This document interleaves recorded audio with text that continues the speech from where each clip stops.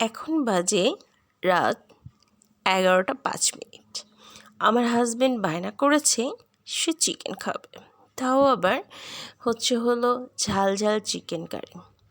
এই ঠান্ডার মধ্যে তার ঝাল চিকেন কারি যখন তখন সে বায়না করে বসে। তো কী করবার, বায়না মিটাতে চলে আসতেই হবে।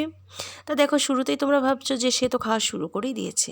না ডিয়ার ফ্রেন্ডস, লাস্ট টার্নটা এখানে চলে এসেছে। তাহলে ডিয়ার ফ্রেন্ডস, চলো শুরু করা যাক। সবাইকে আসসালামু আলাইকুম জানিয়ে চলো আমার কিচেন ঘরে। Welcome back to my kitchen. তো দেখো, এখানে কিন্তু আমি কিচেনের কথা বলেছি, আমার কিচেনে তোমাদেরকে স্বাগতম জানাইছি।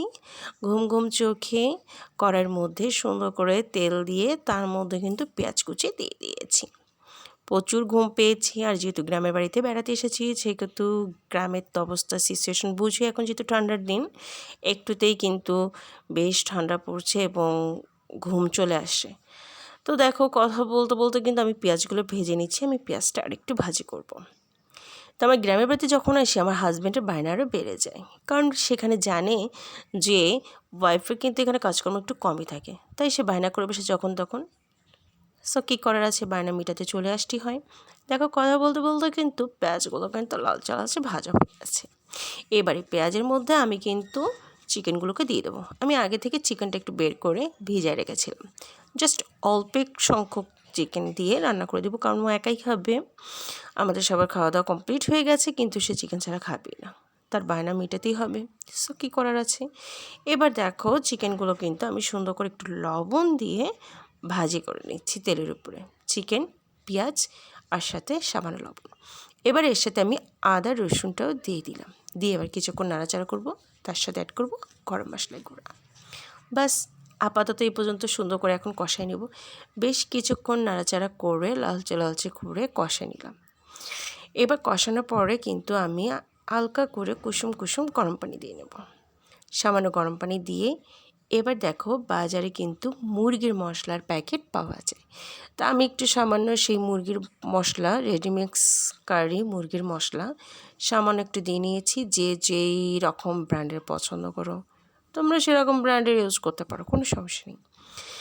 তো এবার সেই মশলা দিয়ে নিলাম। তার সাথে এবার এক্সট্রা করে একটু, যেহেতু ঝাল করে খাবে, আমি এবার একটু হলুদের গুঁড়া, একটু মরিচের গুঁড়া দিয়ে খুব সুন্দর করে আবারও নাড়াচাড়া করব।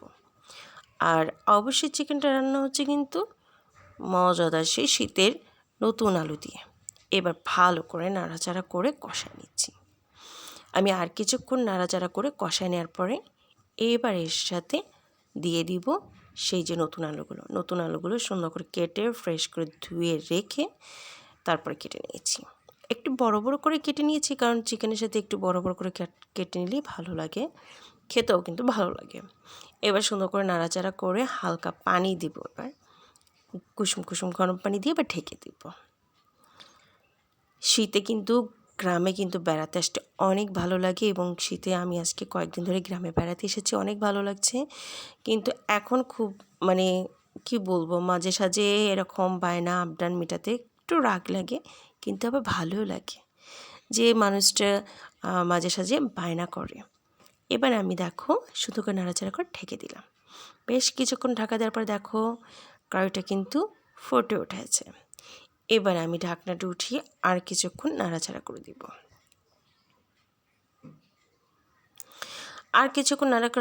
দিব। এটা কিন্তু আমি একটু কষাবো না, হালকা একটু ঝোল ঝোল রাখবো। যেহেতু ঝোল পছন্দ করে সেহেতু একটু হালকা ঝোল ঝোল রাখবো।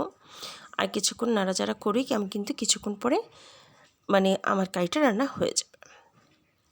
এবার আর কিছুক্ষণ আমি একটু ঢাকনা দিয়ে ঢেকে দেব।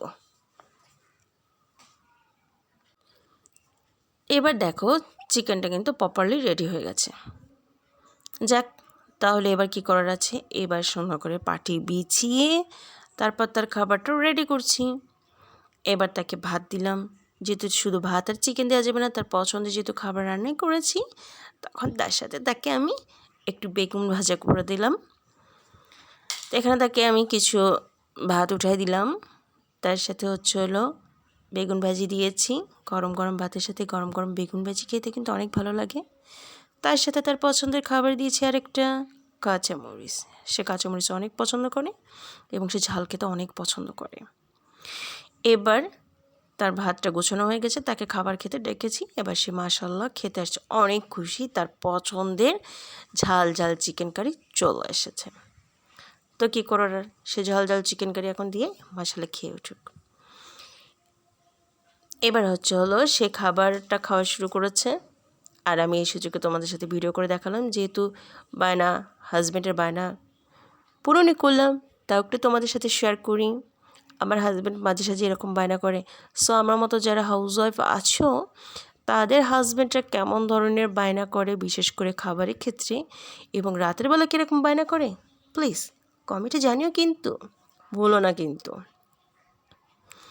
এবার সে চিকেন উঠায় খাচ্ছে, তার আর সহ্য হচ্ছে না, কিন্তু আমি বলছি এখানে গরম, তারপরে সে খাবে।